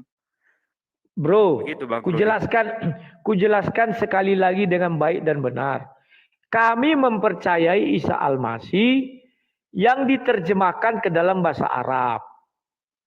Yang berbeda itu dalam versi Quran dengan Alkitab, bro. Kalau masih sama-sama Alkitab, mau tahun berapapun dia ada tulisan Isa Al-Masih, kami yakini. Karena pasti tempat lahirnya sama di Bethlehem. Kalau masih Bible dalam versi bahasa apapun dia dikatakan Isa Al-Masih, kami terima. Yang kami bilang beda itu Al-Quran dan Bible. Isa sama Isa pun beda. Isa di dalam Al-Quran beda dengan Isa di dalam Bible bahasa Arab. Paham ya, bro? Ya, oke lah. Itu saya sebenarnya tidak mau mempermasalahkan nama karena saya bukan pakar sejarah juga seperti. Dan kenapa kalian, Bro, kenapa kalian tidak mau mengikhlaskan Isa berbeda dengan Yesus? Dasar kalian apa? Harus ngotot Isa adalah Yesus. Bukan kami tidak mengikhlaskan. Kalau sejak dari awal orang Kristen di Indonesia ini tidak pernah memakai nama Isa Al-Masih atau yang bawa-bawa nama Isa tadi, kami tidak mempermasalahkan. Cuman kan kalau Kristen masuk di Indonesia ini, kenapa tidak memakai Theos? Kenapa harus memakai Allah? Sedangkan Allah itu bahasa Arab. Yang Bro, kujelaskan ya. Dengan agama Islam. Kujelaskan, juga Yesus itu memakai nama Isa Al-Masih. Itu kan apa gitu maksud tujuan Kristen? Bro, kujelaskan. Ya, bagaimana? Banyak kekeliruan orang Islam dalam hal ini, bro. Mereka menganggap seolah-olah agama Islam lebih dahulu ada daripada agama Kristen. Ketika kita bicara tentang Allah, lebih dahulu digunakan oleh Kristen Syria. Itu dapat dijumpai dengan ada bangunan gereja Syria. Yang kedua, di cincin seorang martir atau rasul, namanya rasul itu adalah Abdul Allah, ya, Ibnu Abu Bakar bin Muhammad. 532 cincinnya sudah bertuliskan Allah. Kemudian kafir Quraisy juga menggunakan kata Allah. Jadi KBBI menjelaskan Allah ini bukan Tuhannya orang Islam. Bukan nama Tuhan dalam agama Islam. Tetapi nama Tuhan dalam bangsa Arab. Arab itu agamanya banyak, bro. Yang pertama bukan Islam. Islam itu kan yang berikutnya. Demikian juga ketika Isa Al-Masih. Karena duluan diterjemahkan Injil dalam bahasa Arab daripada lahirnya Islam itu sendiri. Buktinya apa? Bro, coba kau pelajari hadis Sahih Bukhari 3. Hadis Sahih Bukhari 3 dengan hadis Bukhari 6467. Dijelaskan di situ. Penulis kitab Injil dalam bahasa Ibrani namanya adalah Waraka bin Naufal. Penulis Injil dalam bahasa Arab sesuai kehendak Allah namanya juga Waraka bin Naufal. Paham ya, bro? Itulah sebabnya kalau kamu baca Sahih Bukhari 3, Muhammad tidak kenal Jibril. Muhammad tidak kenal siapa itu Allah. Maka jadi disuruh baca dengan menyebut nama Tuhanmu, dia bingung. Yang menjelaskan itu kepada Muhammad adalah Khadijah. Yang menjelaskan itu kepada Muhammad adalah Waraka. Jadi langsung ke pertanyaan, bro. Isa aja bilang, tidak usah harus masuk kepada yang namanya Isa adalah Yesus. Ikhlas, bro. Silakan. Ya, begini Bang Rudi ya. Kalau Bang Rudi tadi menyatakan di Syria itu menyatakan Tuhan dalam agama Kristen itu Allah atau Allah ya. Nah, cuma yang saya pertanyakan adalah kitab Injil ini kan bahasa aslinya adalah bahasa Yunani, yang dimana Tuhan itu memakai kata-kata theos. Nah, lalu kenapa sampai di Indonesia itu kata-kata theos itu tetapi memakai Allah? Begitu kan? Itu yang saya pertanyakan itu kenapa begitu dengan teman-teman yang apologet Islam begitu kan? Ya saya bukan teman-teman apologet, cuman saya di sini belajar sedikit-sedikit begitu ya. Dan saya juga memikir, oh iya, kenapa ini? Sedangkan dulu itu di tahun-tahun yang dimana kata-kata Allah itu dipakai, yang saya terima informasi itu, itulah misi, maaf ya, dalam misionaris menyebarkan agamanya supaya diterima orang Indonesia, maka makailah kata-kata Alkitab, Allah, Rasul, sedangkan itu identik dengan bahasa-bahasa Arab. Nah, yang Abang Rudi katakan Kristen itu ada sebelum Islam gitu kan. Yang saya ketahui adalah Tuhannya Abraham, Daud, Musa itu adalah Allah Subhanahu wa taala. Jadi Islam itu memang sudah ada dari Nabi Adam. Yesus lahir tidak punya ayah, sedangkan Nabi Adam tidak punya ayah, tidak punya ibu, tetapi dia statusnya tetap rasul, tetap sebagai nabi, hamba, utusan. Begitu.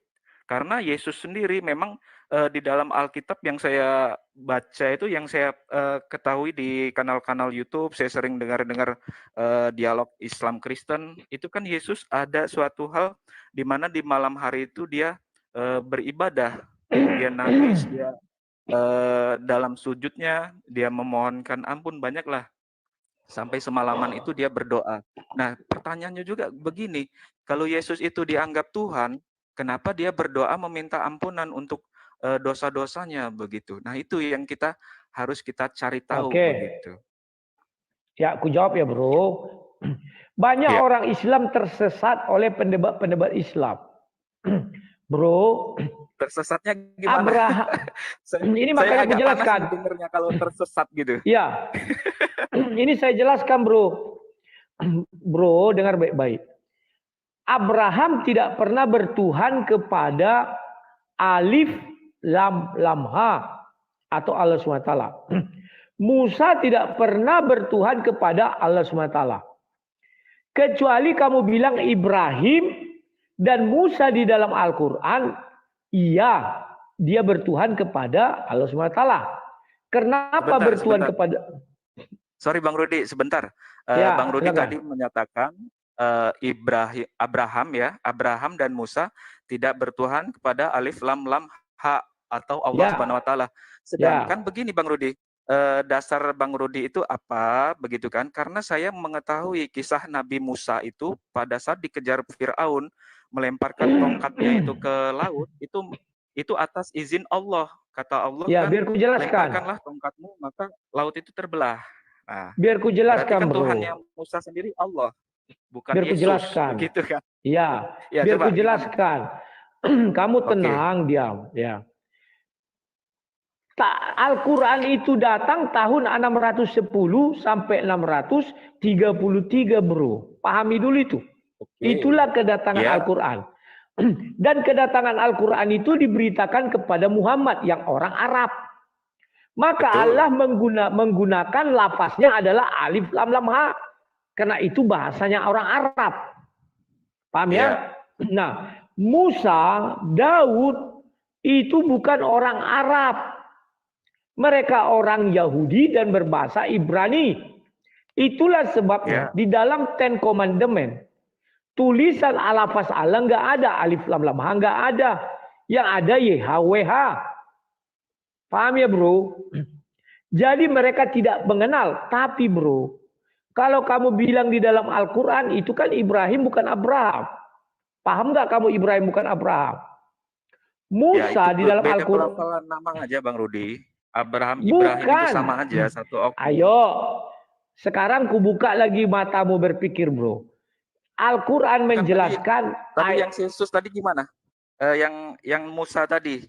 Musa kan kata Bang Rudi kan di orang Yahudi ya. Begitu kan? Ya. Sedangkan Allah itu Tuhannya orang Arab kan? Ya. Kata Bang Rudi ini ya.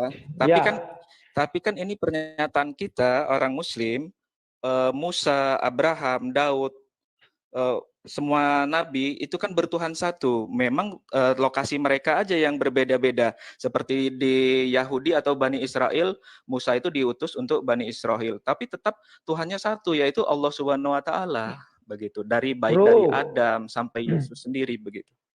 Kau baca Al-Quranmu itu dengan baik dan benar, bro. Apa dibilang? Nabi diturunkan untuk kaumnya, menggunakan bahasa kaumnya. Apa kamu terima? Tuhanmu mengalami perubahan nama. Terima dong. Berarti Allah itu tidak kekal, bro. Masa berubah? Bukankah sementara Allah itu mencipta maha segalanya? Makanya, bro, kalau Allah itu maha segalanya, dia kekal, dia tidak berawal dan juga tidak berakhir. Kan itu firman-Nya. Sementara kalau kau bilang dia berubah, berarti dia berawal YHWH dan berakhir menjadi tidak berakhir dalam nama Allah SWT. Artinya dia punya awal YHWH dong.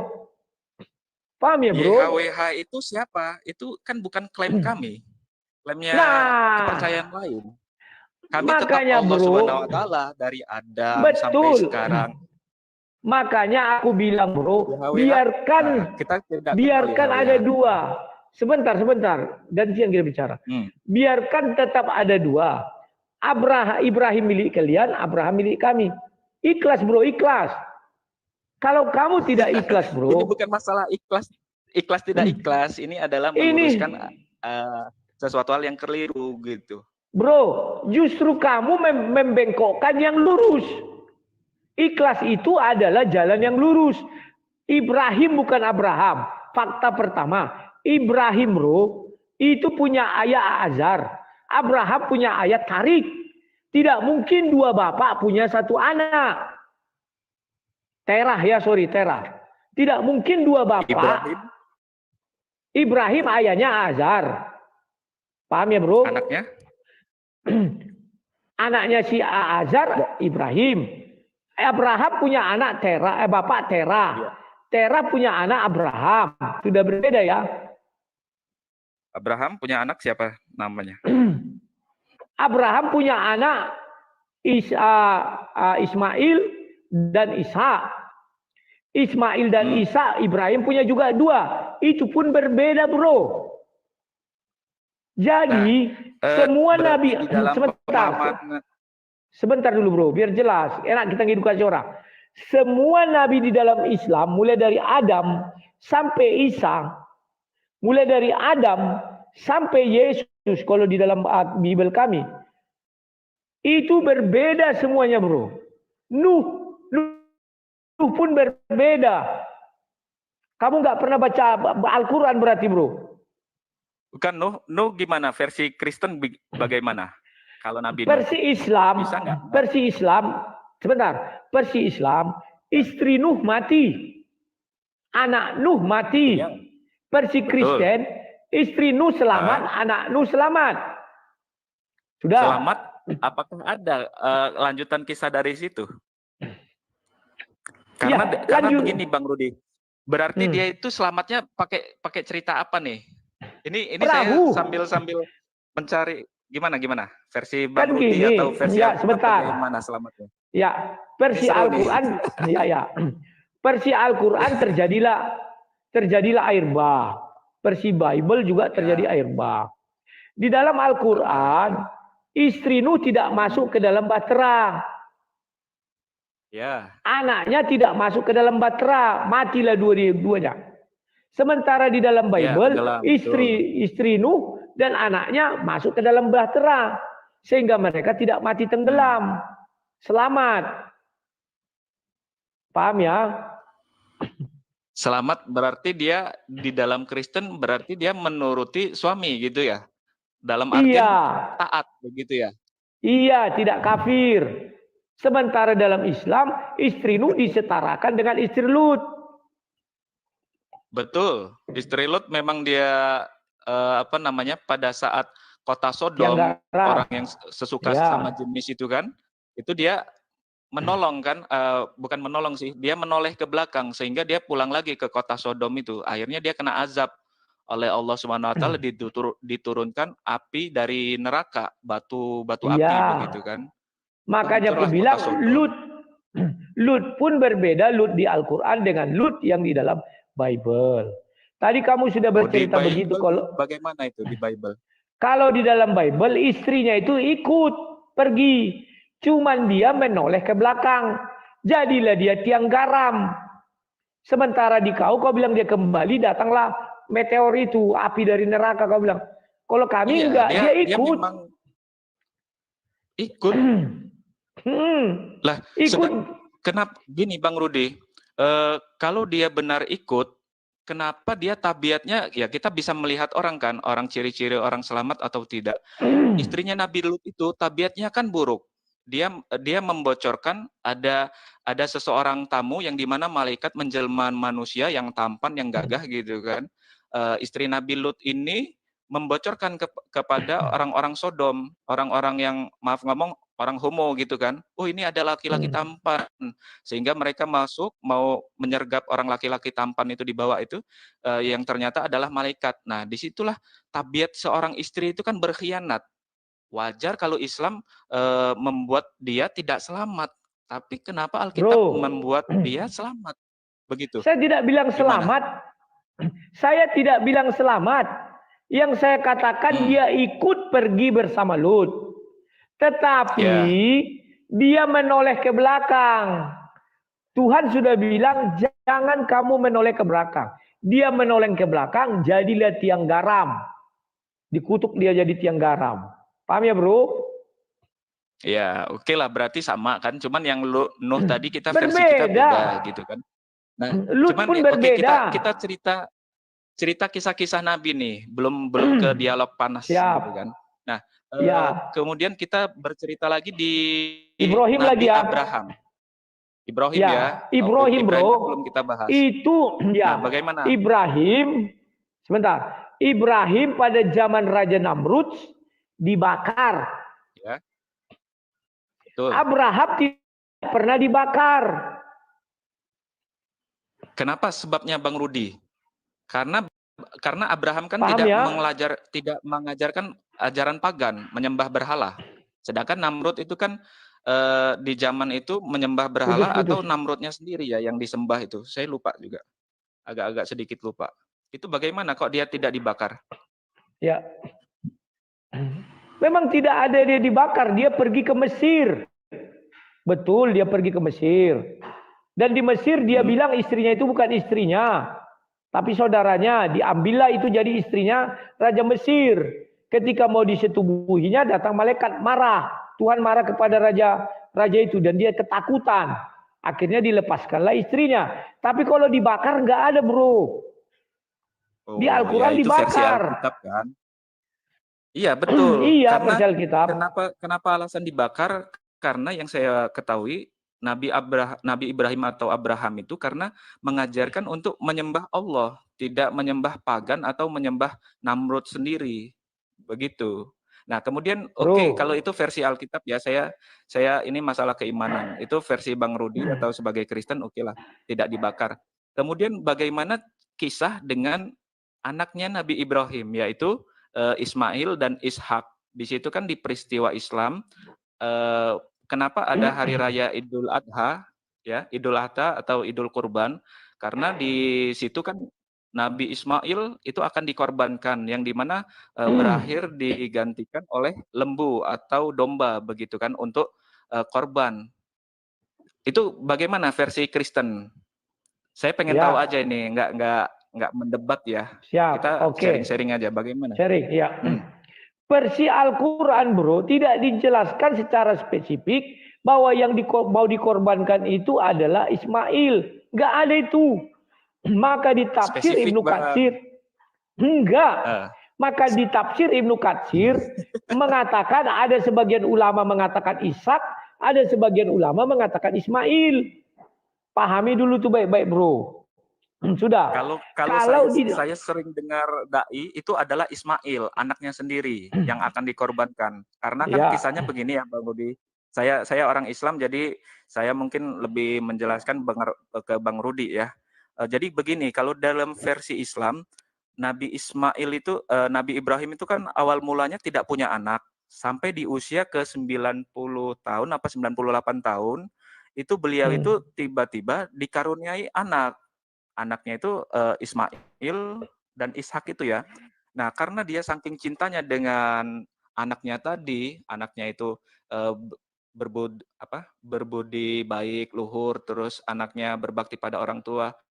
Nah, Allah Subhanahu wa taala, Allah itu menguji keimanan Nabi Ibrahim sehingga diperintahkan Ibrahim sembelihlah anakmu, begitu kan, sampai 3 kali di dalam mimpinya Nabi Ibrahim itu. Sehingga karena ini Ibrahim yakin adalah perintah Allah bukan perintah iblis, maka pada hari itu disampaikan dulu kan ke Nabi Ismail, "Anakku, apakah engkau mau ayah korbankan?" Karena ayah dapat perintah dari Allah Subhanahu wa taala untuk mengorbankanmu.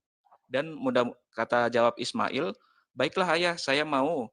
Mudah-mudahan ini kita menjadi orang yang sabar," begitu kan kata Nabi Ismail. Nah, pagi hari itu ketika akan disembelih oleh Nabi Ibrahim, yang dimana Ismail itu kan kata Ismail, "Ayah, asahlah golokmu atau asahlah pisaumu agar tajam dan tidak melukaiku," katanya.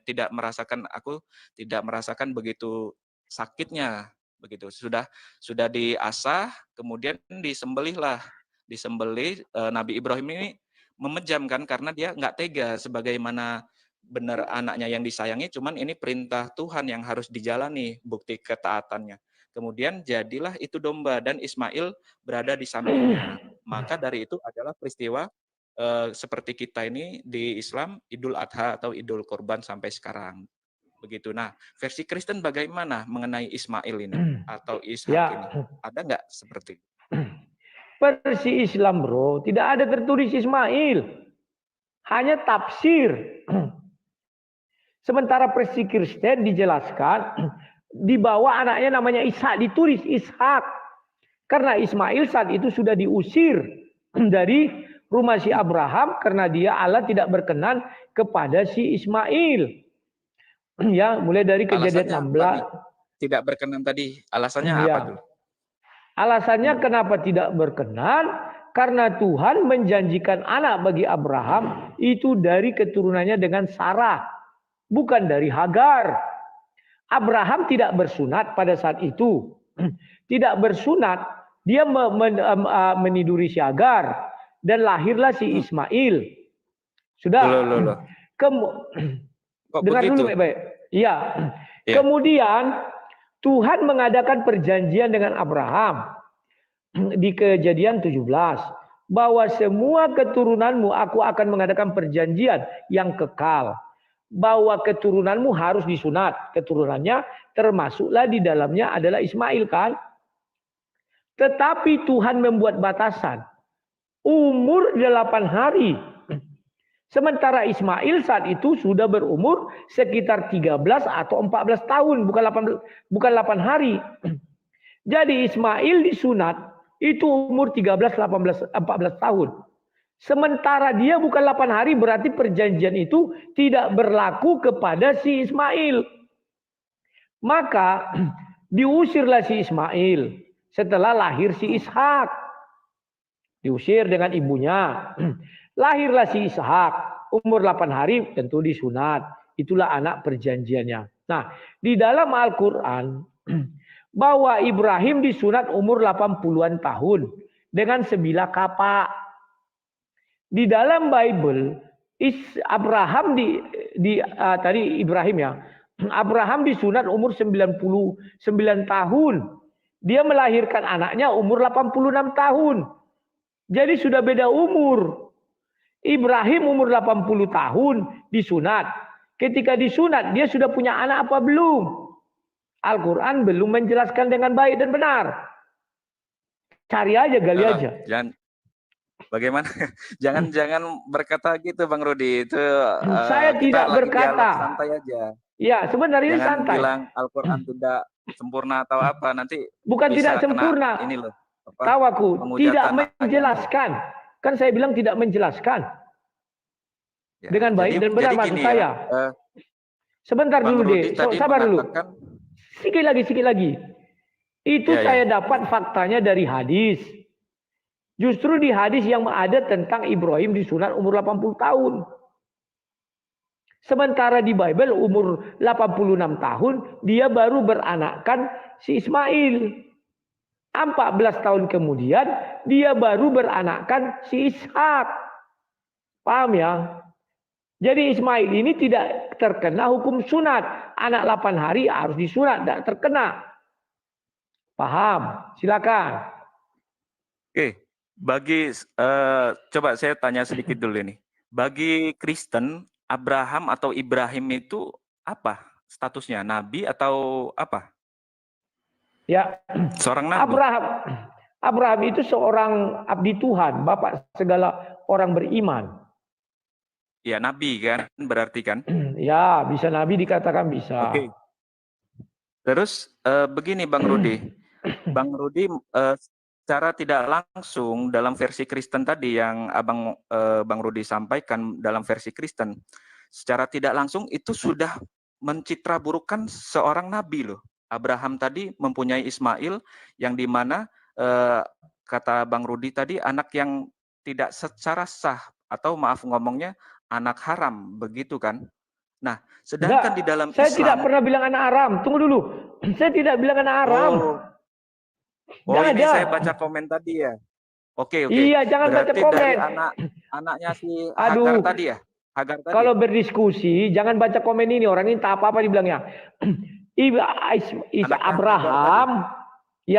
Abraham mengambil di perjanjiannya dengan Tuhan, dia akan memiliki anak dari si Sarah. Dia nggak percaya karena si Sarah sudah tua.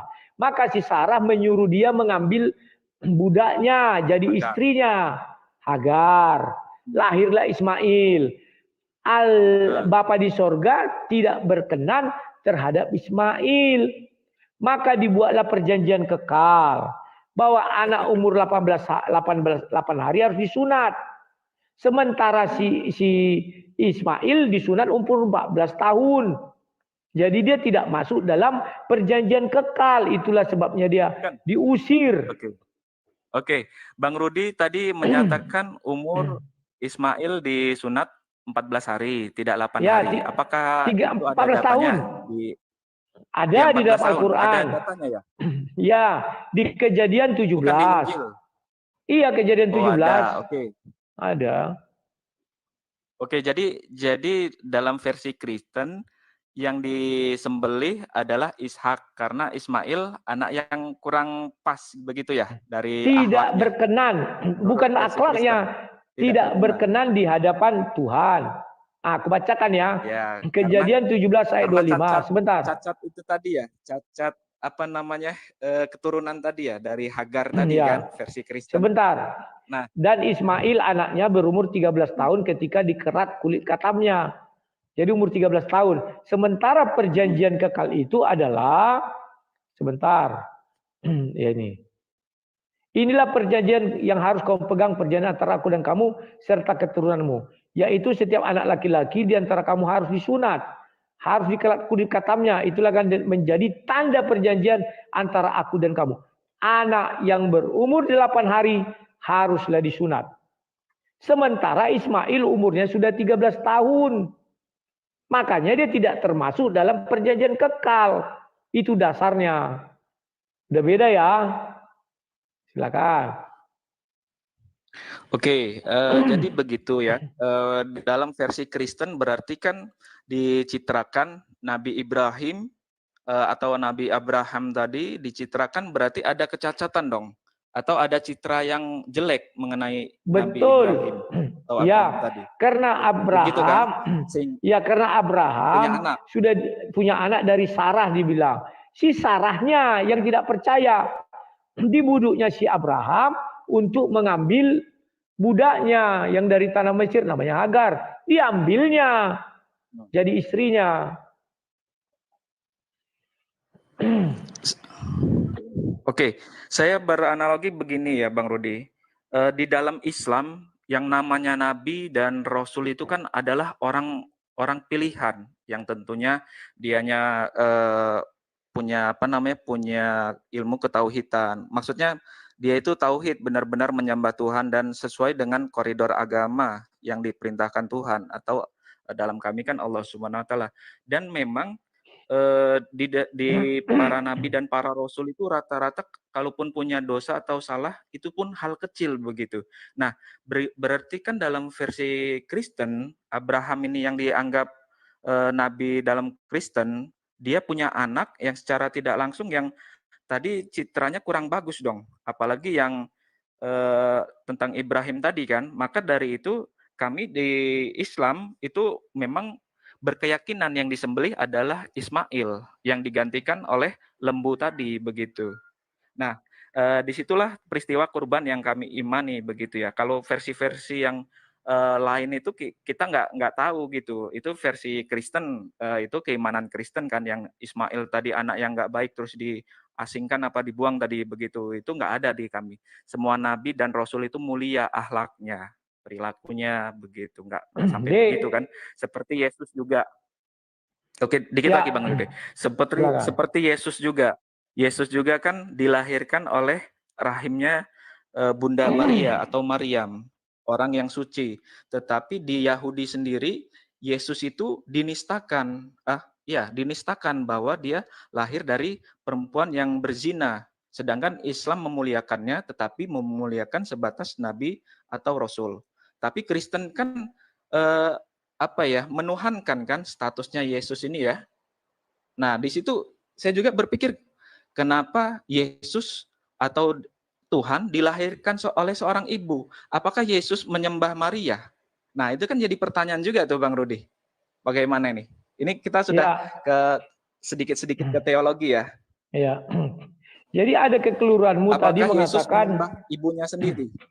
Ya, ada tadi kekeliruanmu mengatakan bahwa Maria itu lahir dari hasil perzinahan. Enggak ya, bukan itu. Bukan itu versi Yahudi. Versi Yahudi. Kalau kami bukan perzinahan, kami mensucikan Bunda Maria. Dia wanita solehah, begitu kan, yang punya anak dari firman Allah atau dari kuasa Allah, gitu kan. Justru kalian tidak pernah memuliakan Maryam itu sendiri. Karena kalau kalian bilang itu Maryam itu orang Yahudi, maka kalau orang Yahudi terlahir tanpa ayah, tentu dipertanyakan dan sudah dirajam. Maka dia pun tidak bisa datang ke bait Allah kalau tanpa ayah. Dan tidak bisa dia disunat. Sementara zaman di dulu dalam belum ada rajam, Bang Rudi. Sudah ada zaman Musa. Rajam itu kan dimulai dari Musa. Aduh, gimana sih pengetahuanmu? Oke, kita kesampingkan itu. Iya. Oke, ya, lanjut dulu. Hukum rajam adalah hukum Taurat Musa. Iya, kami memuliakan. Yang saya maksud yang tidak memuliakan adalah orang Yahudi yang menuduh Maria itu berzina, punya anak zina. Padahal kami juga beriman sama kayak Kristen gitu kan, maksudnya. Enggak sama. Sama seperti Islam. Kalau Kristen, Maria punya suami namanya Yusuf. Makanya dia bisa membawa Yesus umur 8 hari untuk disunat ke bait Allah. Kalau Maria sendiri datang ke bait Allah itu nggak bisa. Harus punya suami. Punya paham suami? Ya? Lah, tadi katanya lahir tidak ada seorang ayah. Betul. Ada suami? Tetapi malaikat menyuruh Yusuf untuk menjadi suaminya. Dinikahinya, tapi jangan bersetubuh katanya. Di Lukas 1 dan Lukas 2. Jadi di dalam ajaran Kristen, malaikat Gabriel datang. Disampaikanlah engkau akan mengandung daripada Roh Kudus. Datang Maria, diterimanya. Oke, dia sudah mengandung. Maka datang lagi malaikat kepada Yusuf. Engkau harus mengambil tunanganmu itu sebagai istrimu. Tadinya dia mau lari. Harus kau ambil. Akhirnya diambilnya. Tapi jangan bersetubuh. Orang itu tidak bersetubuh sampai Yesus lahir. Paham ya? Jadi ketika Yesus lahir dibawa ke bait Allah untuk disunat umur 8 hari. Makanya bisa dia masuk ke bait Allah. Nah, kalau dia tidak punya suami, nggak bisa masuk ke bait Allah. Itu dianggap betul suaminya siapa. Betul itu. Nah, terus kelanjutannya ini baru setengah nih. Klaim dari Kristen, Maria tadi menikahi Nabi Yusuf kan. Nah, itu bagaimana cerita selanjutnya setelah Yesus lahir? Apakah dia ada Ya. anak, Bunda Maria itu, atau ada bagaimana? Itu kan ceritanya Ya. cuma setengah itu. Ini versi Cerita Kristen loh yang saya ya. bahas. Cerita selanjutnya nantilah kita bahas untuk topik lain. Apakah Yesus punya saudara, punya anak saudara daripada Yusuf, nanti kita bahas. Sekarang kita kembali lagi kepada Ibrahim. Apakah Tadi kan belum punya? selesai. Jangan melebar dulu. Bukan Bang Rudi, itu sedikit mengganjal nanti di orang Kristen, nanti dia berpikir, loh kok Tuhan saya punya bapak? Memang itu iman Kristen kok. Ada di dalam Bible Bapak tertulis. yang namanya Yusuf. Sedangkan belum ada hubungan suami istri. Bro, kau nggak usah khawatir. Nah, iman orang Kristen memang mengakui bahwa Yusuf itu bagaimana? Ya, cerita selanjutnya mereka hidup menjadi tukang kayu bapaknya. Maka umur 12 tahun datanglah mereka ke bait Allah dan sebagainya. Nah, sekarang kita kembali dulu ke Ibrahim. Ibrahim tadi jangan lewatkan penting ini loh. Sudah. Bro, kenapa kamu Kenapa? Kemudian, sebentar dulu dong. Bang Rudi, sampai meninggalnya capek Maria aku bicara. Yusuf, sebentar bro. Aduh bro. Capek aku bicara bro. Tolong dulu gantian. Iya, tolong gantian ya. Kalau enggak saya sepak lo. Kita gantian loh. Sabar. Jangan inilah. Ya, diam dulu ya. Iya, diam. Jangan emosi. Ya, diam. Aku nggak emosi. Leherku ini sakit bro. Baru sehat. Ini ada pening-pening aku. Ya, kenapa gitu bro? Kau ketika aku bicara, kau bicara. Nggak bisa aku suara kuat-kuat lagi.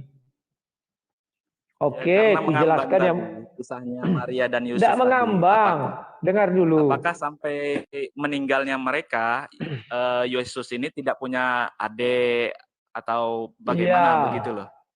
Bro, itu memang nanti cuma Yesus aja. Aduh, kau menjawab sakit kerongkonganku. Tunggu lalu biar ku jelaskanlah. Kau dengarlah dulu bro ya. Ya. Mengenai Ibrahim tadi itu, jangan kalian katakan bahwa Bapa di surga memang tidak berkenan kepada Ismail.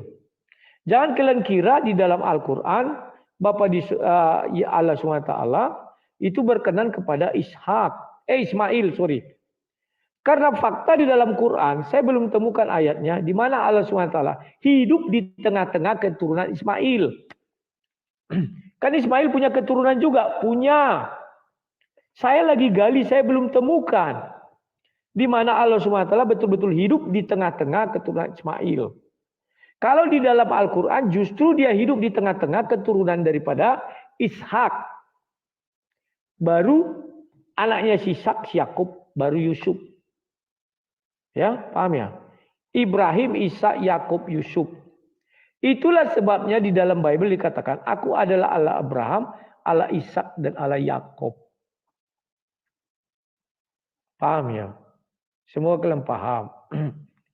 Itulah satu bukti. Jadi kawan-kawan, Ibrahim dan Abraham itu berbeda. Kita harus woles. Kita harus ikhlas menerima kenyataan ini. Sekalipun pahit.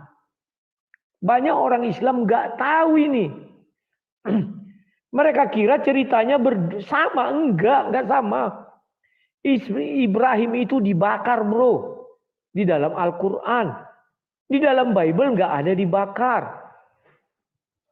Di dalam Al-Quran Ibrahim itu mendirikan. Oh. Itu benar. Di dalam Al-Quran, Ibrahim itu meninggikan dasar-dasar Ka'bah. Di dalam Bible dia mendirikan mezbah. Sudah berbeda, banyak berbeda bro. Ya. Jadi, itulah yang bisa dulu saya sampaikan kepada kalian.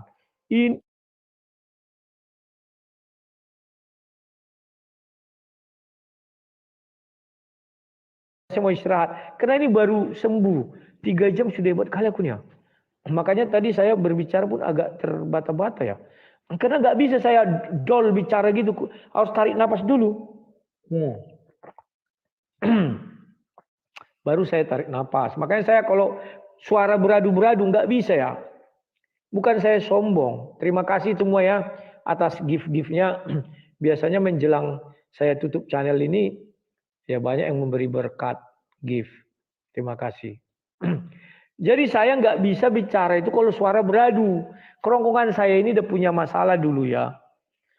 Jadi saya harus bicaranya, saya tunggu dulu, diam saya ketika dia bicara, saya diam.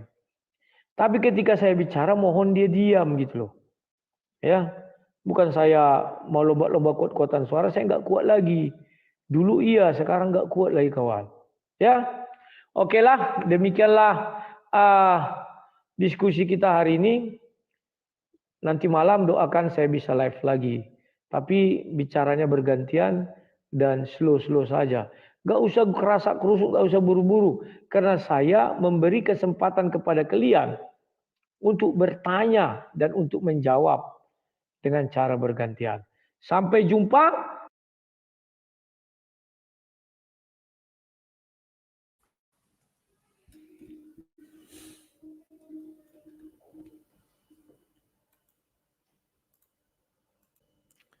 Ya kawan-kawan yang di YouTube, terima kasih atas kebaikan kalian semua. Donasi yang terkumpul hari ini 5.500.000. Saya pun terkejut tadi lihatnya kawannya. Puji Tuhan, besok saya sudah datang batu bata. Sudah saya pesan batu bata. Tadi saya beli semen ya. 10 sak. Kemarin ada yang membelikan saya mendonasi semen 20 sak. Yang lalu sudah habis. Rupanya mereka mencor atap itu kawan. Saya nggak tahu. Jadi sudah habis, sudah saya datangkan 10 lagi. Itu rupanya untuk cor baloknya. Banyak rupanya. Jadi tadi saya datangkan lagi 10. Doakan kalian besok saya sudah bisa ngorder batu bata. Biar cepat berjadi, disambungkan, baru tinggal buat atap. Kawan-kawan terima kasih atas kebaikan kalian semua. Tadi itulah diskusi saya. Maklum kerongkongan ini masih apa dan saya pun masih pantatnya mau ngilu-ngilu ya dikit-dikit ya. Tapi saya minum obat Cina itu kayak bius kawan, tidak terasa apa-apa. Bingung saya, tadi siang udah mulai dia mangotaki lagi kan pagi jam 10. Waktu ada nggak saya tadi live, tadinya mau live saya pagi, nggak jadi karena ada nyutan dia. Tapi sekarang sudah puji Tuhan, sudah tidak terasa lagi ya. Kalau saya raba ada masih sebesar ini dia, belum membesar. Kalau dulu kan cepat kali sebesar ini dia, sekarang segini. Tadi kemarin segini udah kurang segini. Ya doakan kalian saya sehat-sehat selalu. Sekian dan terima kasih, sampai jumpa. Salam Sang Debater.